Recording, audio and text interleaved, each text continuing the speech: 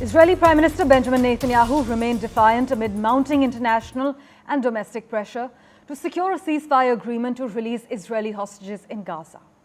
The killings of 6 hostages held by Hamas spurred protests and labor strikes in Israel in one of the most significant demonstrations of public outrage against Netanyahu since the war began.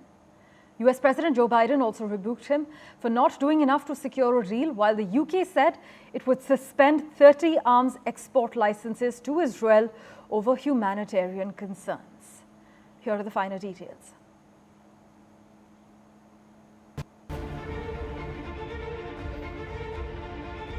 In an unprecedented move in the nearly 11th month-long war in Gaza, the UK has moved to immediately suspend 30 arms export licenses to Israel after a review by the new Labour government found a clear risk that the arms might be used in serious violation of humanitarian law.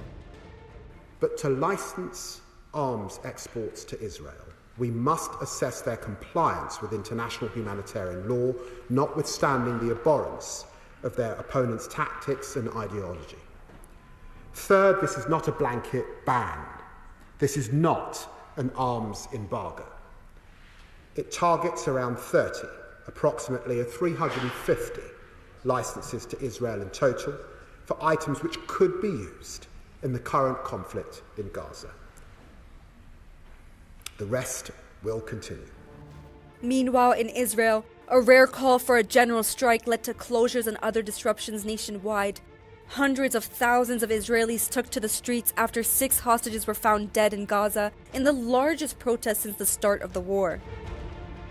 Protesters blamed Israeli Prime Minister Netanyahu for the deaths of the hostages, claiming that the hostages could have been returned alive if a ceasefire deal with Hamas was finalized.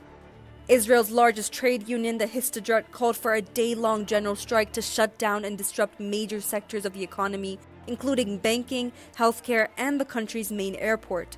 Israel's labor court ordered the strike come to an end by Monday afternoon, claiming that it was politically motivated. The trade union abided and called off the strike earlier than originally planned. US President Joe Biden also claimed that the Israeli Prime Minister was not doing enough to finalize a deal. Biden's remarks came as the United States, Egypt, and Qatar plan to present a take-it-or-leave-it deal to Israel and Hamas in the coming weeks. Are you planning to present a final hostage deal to both sides this week? We're very close to that. What makes you think that this deal will be successful in a way that the other deals were not? Hope springs eternal.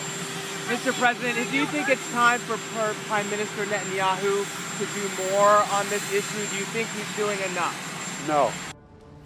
Israeli forces continue to pound the Gaza Strip. Large-scale raids in the occupied West Bank have killed at least 29 as Israel's siege on the Jenin refugee camp deprived Palestinians of access to food, water, power, or internet. With mounting criticism of how the Israel-Gaza war is being handled, the focus is now on the ceasefire deal intended to end nearly 11 months of devastation. Samia Afsar for NDTV World.